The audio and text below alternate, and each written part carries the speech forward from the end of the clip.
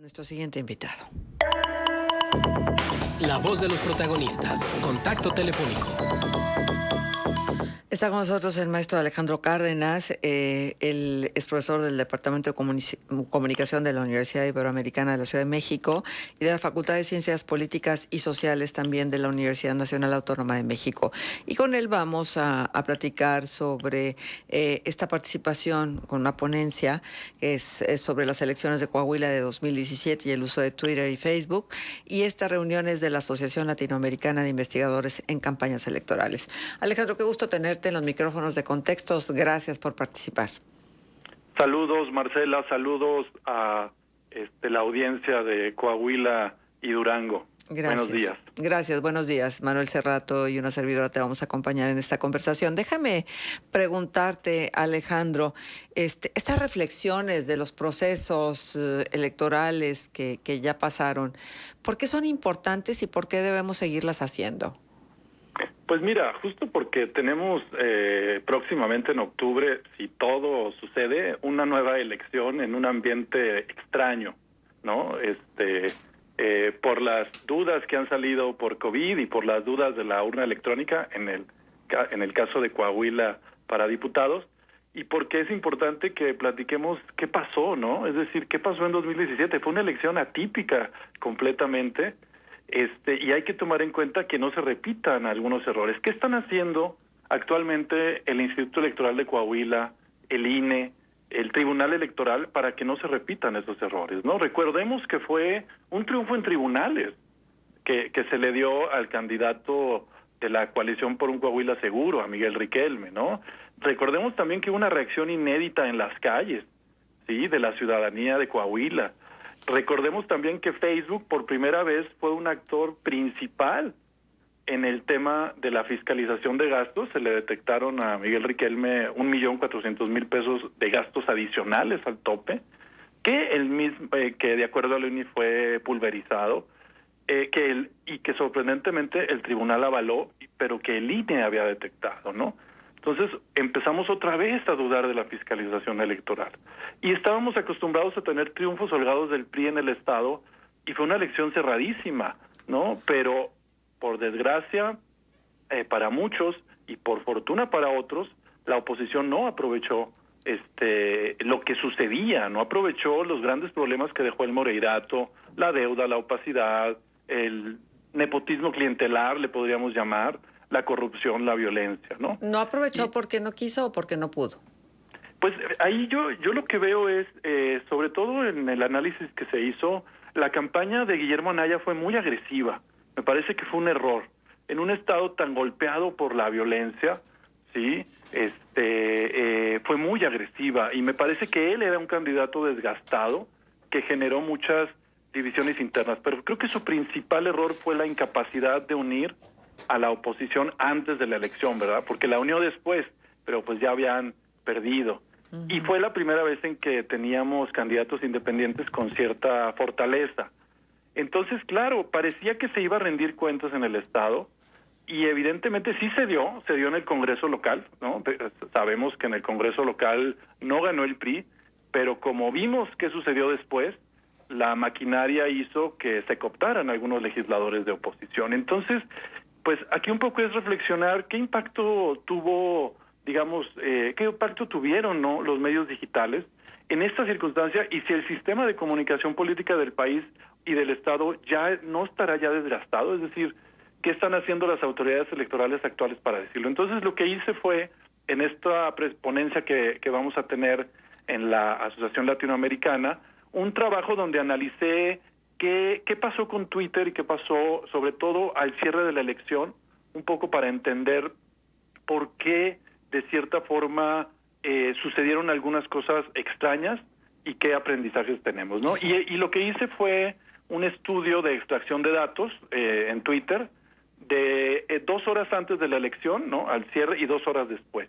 Y lo que encontré fue que, por ejemplo, en las tendencias, las tendencias de mayor impacto fueron menciones de periodistas nacionales locales y de medios de comunicación nacionales, ¿no? Entonces, lo que quizás podemos ver es que la plataforma Twitter, que se pensaba como el espacio más importante después de la televisión de debate político a nivel nacional, y que se le pensaba como un espacio con un potencial democrático, es decir, que ayudaría a horizontalizar la comunicación. En el caso de Coahuila sucedió solo parcialmente. Y les pongo un ejemplo, ¿no? Los partidos en Coahuila usaron la plataforma como herramienta de ataque y confusión, apoyados por partidos nacionales y locales. O sea, había una coordinación de las militancias, sobre todo PAN y PRI, que son los más grandes, pero también hubo momentos donde la maquinaria se enfrentó a periodistas locales y nacionales. Por ejemplo, cuando se dijo que Guadiana avalaba el triunfo de Riquelme, que empezaron a salir unos memes falsos en Twitter justo al finalizar la elección, Álvaro Delgado de Proceso generó toda la tendencia rechazando el caso. Entonces, un periodista nacional de repente le quitó una agenda que estaba planteando a nivel local. Y también, por ejemplo, Ciro Murayama, el titular de la unidad de fiscalización, cuando los candidatos estaban dándose el triunfo, en Twitter mencionó pues que todavía no acababa la elección y les dio un jalón de orejas. Y eso generó, de cierta forma, cierta pluralidad. ¿Qué tanto? Mi pregunta es, ¿qué tanto en un espacio donde la dinámica mediática es diferente a la radio y a la televisión y a la prensa escrita? Quizás hay momentos en que sí se dan ciertos contrapesos, tomando en cuenta las dificultades de un momento en el cierre de una elección, ¿no? Esa es la primera reflexión de lo que yo encontré, y también que hubo personajes que utilizaban técnicas que todavía vulneran la fiscalización, como por ejemplo Verónica Martínez, ¿no? Quien era diputada local y exdirigente del PRI, y hoy senadora, utilizó el hashtag Ya Voté, o utilizó un hashtag donde se tomaban fotos después de votar, que era proselitismo, pero pues, de cierta forma disfrazado, ¿no? Porque a final de cuentas era una forma de promover a su candidato diciendo que ya habían votado. Entonces estas cosas son importantes porque estamos pensando en si de cierta forma lo que hizo la sociedad civil, lo que hicieron los medios locales, académicos y especialistas, casi todos los especialistas dijeron que había habido un montón de fallas. Y les voy a decir algunas muy rápidas que son importantes de destacar, ¿sí? El tema de las boletas electorales que se hicieron perdedizas, las acusaciones entre el Instituto Electoral Local y el INE por falta de capacitación, las faltas de casillas computadas y el poco resultado del resguardo de las boletas, sí, que fue lo que prácticamente era el hecho básico para haber cancelado la elección. Y evidentemente el Instituto Electoral Local lo que dijo es que hubo una confusión por haber habido tantos votos cruzados, ¿no? Entonces, aquí la pregunta es, ¿qué están haciendo actualmente las autoridades para evitar que eso vuelva a suceder? Y el aprendizaje de si no está en verdad habiendo ya cambios que sí generan ciertos contrapesos y que el sistema político local está en un movimiento interesante. Ajá. Alejandro, la eterna pregunta, ¿no? Twitter es poco democrático porque habría que realizar los perfiles de quienes están en Twitter y nos vamos a dar cuenta que no es el grueso de la población, porque además el grueso de la población ni siquiera está interesado en los temas que Twitter va subiendo y va posicionando en el día a día. Y luego, por otra parte, Facebook y las fake news. Twitter también y las fake news. ¿No hay un cierto desprestigio en las redes sociales que ya no es como fue en el 17 o un poquito antes de que tuvieran este boom de posicionamiento estas redes? Sí, hay una saturación, es decir, la rapidez está generando esa saturación que quizás no la identificábamos, ¿no? Y que ha sucedido en otros países. Y evidentemente ese potencial se vulnera, es decir, muchas personas antes sí pensaban que podían encontrar en Twitter y en Facebook mensajes y comunicación orgánica, pero ahora fue muy cuestionado Twitter desde años, que la opacidad en sus algoritmos, también Facebook ha sido cuestionado, pero también el que no tomaron medidas ante las cuentas falsas, ¿no? Las fueron tomando de forma muy retrasada hasta que llegamos al caso de Cambridge Analytica en Facebook, que ya fue eso el escándalo total, ¿sí? Pero evidentemente en estos momentos los medios digitales están, digamos que en una prueba de ácido de credibilidad. Pero en el fondo la credibilidad es, ¿sí?, en los medios de comunicación, no en las plataformas digitales, porque las plataformas digitales son las que difunden lo que está sucediendo, ¿no? Y en el fondo tiene que ver, ¿sí?, con qué tanto le creemos a los medios de comunicación, y la confusión de que hay quienes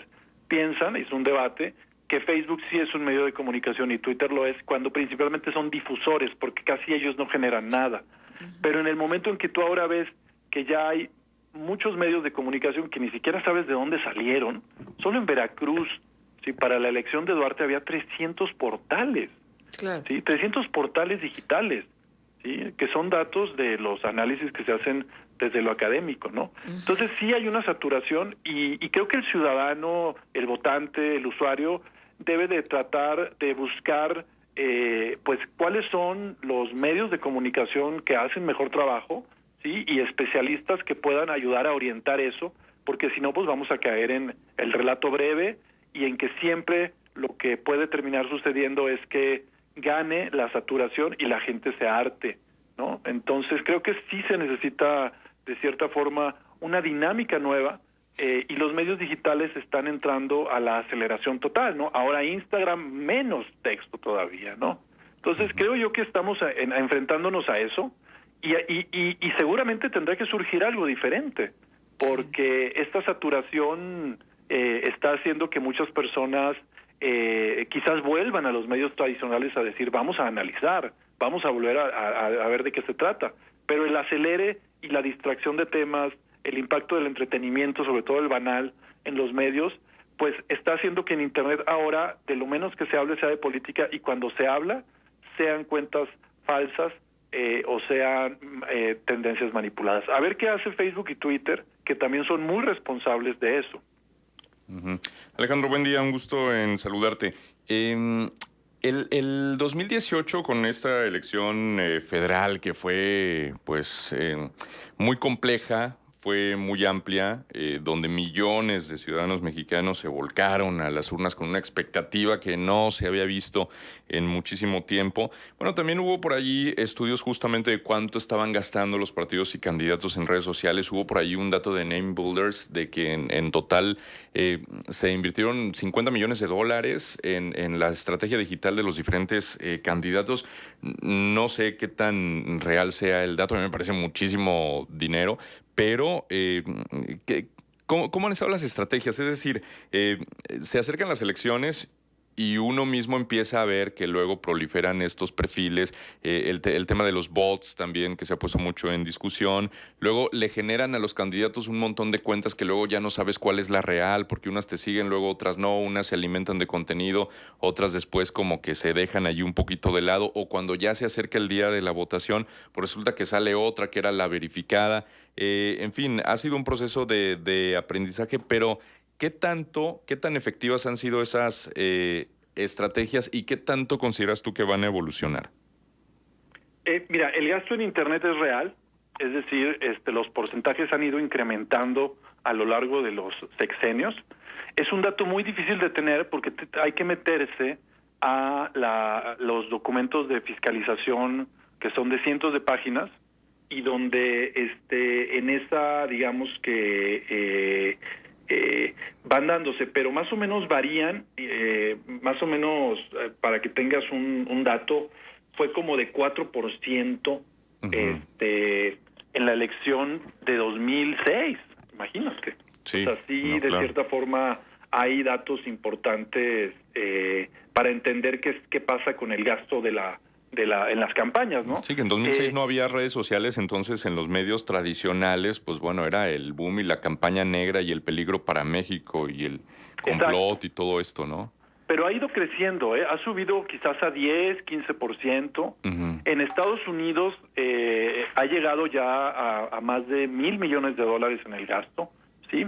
Pero evidentemente como sí son gastos que podríamos decir millonarios, pues, ¿no? O sea, sí estamos hablando ya de que en campañas políticas los candidatos, sí, ya utilizan Internet como estrategia, lo empezaron a hacer, digamos, A partir de entre 2006 y 2012, ya no era la unidad que tenían a un lado y a ver qué hacen en Internet. No, ya metían a los estrategas en Internet dentro del War Room. Y lo que sucedía es que, de cierta forma, los candidatos pequeños, los candidatos que no tenían mucho recurso, metían todo a Internet, ¿no? Algunos de ellos decidían hacer eso y si eran muy creativos, podrían tener impacto, ¿no? Como sucedió con el Bronco, como sucedió con Kumamoto, con los candidatos independientes. Eso, pero evidentemente ahorita ya son integrales, es decir, ya las campañas se piensa Internet como un medio más y ya hay un recurso destinado y hay un gasto que se está dando, ¿no? Y ese gasto está, o sea, sí está el dato, y estamos hablando de porcentajes de entre 10 y 20% que no superan a nada la tele, pero ya supera a espectaculares, ya supera a pancartas de Internet, ¿no? Evidentemente no ha superado a radio, a televisión, y también en algunos casos ya supera a la prensa, la inversión de candidatos en medios digitales. Y esa es la inversión legal, porque acuérdense que siempre hay una campaña legal y una campaña ilegal, y evidentemente es evidente que ese gasto de 1.400.000 pesos del candidato Riquelme en Facebook, que tendría que haber anulado la elección según el INE, pues en algo se hizo, en algo se usó y no quedó registrado en ningún documento legal. Ahora, también el PAN rebasó topes, no solo fue el PRI, pero independientemente de eso, creo que la presencia de Internet cada vez es más central, no la más importante, porque la televisión, la radio y la prensa siguen siendo los medios que reúnen el cerco político, pero ya vimos algunos casos donde en elecciones cerradas Internet puede marcar la diferencia, como fue el caso de Estados Unidos, de Cambridge Analytica. Ahí sí es la primera vez que podemos decir que los medios digitales sí impactaron en el voto, ¿no? Anteriormente solo impactaban en ideas generalizadas, pero comprobarlo no se tenía, ¿no? Entonces ahora creo que hay que ver qué pasa para las elecciones en Coahuila, qué viene, ¿no? El escándalo y todas las mismas impugnaciones de ayer de Morena y en este caso, del PAN, de su preocupación por la emergencia sanitaria, pues estaremos viendo qué sucede, ¿no? Acuérdense que en Coahuila y en la mayoría de los estados sucedía el voto cruzado, ¿no? Sí se votaba por el PAN a nivel federal, pero también se votaba por el PRI a nivel local. Y la pregunta es si con esta última elección donde Morena, con Armando Guadiana, en la izquierda, no el PRD, porque el PRD ha sido siempre muy cercano al PRI en Coahuila, por lo menos recientemente, si ya se acabó el bipartidismo en Coahuila. Esa es una de las preguntas que nos estaríamos haciendo ahorita, ¿no? Si ya consideramos a la izquierda como un tercer partido, y si en México se acabó el bipartidismo, ¿no? Que no lo sabemos, porque quizás ahora sean, en lugar de PRI y PAN, ahora será Morena y PAN. Eso no lo sabemos y me parece que es algo a lo que nos estamos enfrentando. Bueno, Alejandro, aquí en Coahuila hay unas situaciones muy específicas en lo que tiene que ver con Morena. Hay un PRD y un Morena bastante desdibujados en tanto en Coahuila como en Durango, en la zona metropolitana de la comarca lagunera, precisamente por las pugnas internas, no porque el partido no tenga una plataforma política que convenza y sobre todo porque tiene un líder que sigue avasallando, ¿no? Y que sigue, por ejemplo, recuperando puntos en medio de una situación tan caótica y difícil como la que estamos viviendo. Pero lo que yo te quiero preguntar es, ¿dónde se ganan las elecciones? Hemos estado hablando con expertos en campañas, estrategas electorales que utilizan la tecnopolítica, el neuromarketing, etcétera. Y entonces nos decían, los candidatos tienen que cambiar, los candidatos, ya las promesas no funcionan y las estrategias tienen que ser diferentes. ¿Dónde se ganan las elecciones? ¿En redes? ¿En el mensaje directo? ¿En los tocatocas famosos que van y tocan las puertas a cada uno de los colonias y barrios que le corresponde al distrito, en este caso en una elección por las diputaciones locales? ¿O dónde es que se ganan? Hay, digamos que, varios factores, ¿no? Uno tiene que ver qué tan bien lo hizo el gobierno en turno, qué tan buen trabajo hizo y hacia qué sectores, ¿no? Porque tomamos en cuenta que los votos representan el 20 o 30% verdadero de la población. Y ahí es cuando yo cuestiono y digo qué tanto el sistema electoral está rebasado, ¿sí? Pero independientemente de eso, es sencillo porque se generan dinámicas de clientelismo muy bien organizadas, ¿no? Todo esto de por colonia, ir pensando en dónde ganó la oposición, entonces ahí me voy a meter. Sí tiene que haber una estrategia, ¿no? Y tiene que ver con un buen candidato. O sea, en México se sigue votando por candidato y no por partido, ¿sí? Entonces, una buena campaña puede revertir las tendencias de una elección. Un buen candidato, un candidato que conecte con la población, que enfrente a actores políticos, sí puede cambiar. Entonces, son varios los factores, pero el dinero es uno de ellos. Es decir, si hay recurso ilegal, ¿sí? Si hay mucho recurso para compra de voto, que me parece que sigue sucediendo y sigue es algo que sigue marcándose como parte de la fiscalización. Evidentemente, es muy difícil ganar una elección si desaparecen las boletas 3 días, ¿no? Eso lo dice el PAN, ¿no? ¿Qué pasó? ¿Qué fue lo que sucedió en Coahuila? ¿No? Si no sabemos qué pasó en 3 días con las boletas, entonces evidentemente ahí se gana una elección también con autoridades débiles y poco competentes, que no responden por la ciudadanía, sino por los intereses políticos locales. Entonces, en este caso, otro factor que me parece relevante es qué tanto su discurso se alinea a entender, ¿no? Por ejemplo, Mid me parece que hizo una muy buena campaña en el 2018, pero tenía todo en contra, ¿sí? Era un candidato que logró hacer poco, me parece que era un buen candidato, pero tenía todo en contra, ¿sí? Y evidentemente, aunque tengas un muy buen candidato, si el partido reciente cometió muchos errores, es muy difícil sacarlo, ¿no? Y por eso fue que en Coahuila esta elección fue atípica y evidentemente no sabemos qué acciones han tomado los medios locales, ¿sí? El Instituto Electoral, ¿qué ha hecho para que no vuelva a cometer los errores que cometió? El INE sí hizo correcciones sobre las boletas, sobre el resguardo, ¿no? Lo hizo muy poco tiempo después. Y evidentemente, ¿qué tanto están haciendo los ciudadanos y los actores políticos para exigir que se sigan garantizando elecciones limpias, ¿no? En el caso de Coahuila fue la Red Ciudadana contra la Corrupción y contra la Impunidad, que fueron varias organizaciones civiles, y yo diría un poco al final que se unió la sociedad civil junto con los candidatos que perdieron, ¿no? La coalición donde sí se unieron al final los candidatos, pero no por apoyar al PAN, sino por la indignación ante las fallas procedimentales, ¿no? Y tratar de buscar el Estado de Derecho en los organismos locales, sobre todo el Instituto Electoral de Coahuila, que es el más cuestionado. Tú lo mencionabas hace un momento, pero quisiera que te extendieras un poco más en la explicación. ¿Cómo va a afectar esto, que es un proceso electoral que vamos a estar viviendo ya el 18 de octubre, el tema de la pandemia? ¿Cómo va a afectar en función de los funcionarios de casilla que tienen que estar ahí, ¿no? Los capacitadores, por ejemplo, también, los supervisores y, por supuesto, los representantes de los partidos, aunque eso nunca batallan, ¿verdad? Aunque les tengan que pagar, pero nunca batallan para tener representantes. ¿Cómo crees que esto va a impactar, aunado al descrédito de los mensajes de las redes, etcétera?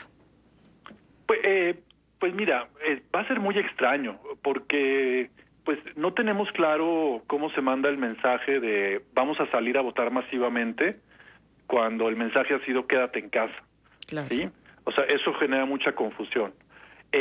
Por ejemplo, en los anuncios que han dado mencionan que personas vulnerables de arriba de 60 años no podrán ser funcionarios de casilla, por ejemplo, ¿no? Eso es un cambio tremendo, ¿sí? Que una persona diga, por mi edad yo no puedo ser funcionario de casilla. Recordemos que ese es uno de las principales causas de el carrusel de votos y todo esto, ¿no? Que pones en la mesa directiva, en la mesa de casilla, a un integrante del partido que empieza a tratar de manipular, ¿sí? Que es quien ve quién vota, ¿no? Que son todas estas prácticas clientelares que siguen sucediendo y que suceden mucho y que cada vez han ido mejorando más, ¿no? Entonces sí es importante saberlo, sí es importante cuestionar eso, ¿no? ¿Qué tanto se va a generar? Y en el fondo también, ¿qué tanto la ciudadanía va a salir a votar y si no va a ser una elección, pues prácticamente con muy pocos votos y quien quede, ¿no? En este caso, el Congreso, que además vamos a ver qué sucede, tomando en cuenta que fue el primer Congreso donde hubo alternancia con todas las fallas institucionales posteriores, donde se toman decisiones y deberían de ser los contrapesos del Ejecutivo local, ¿sí? Lo cual actualmente pues no está sucediendo, ¿no? Generalmente en elecciones intermedias y ahora prácticamente solitarias, no sabemos qué vaya a suceder, o sea, no sabemos si siga la ola morenista, ¿sí?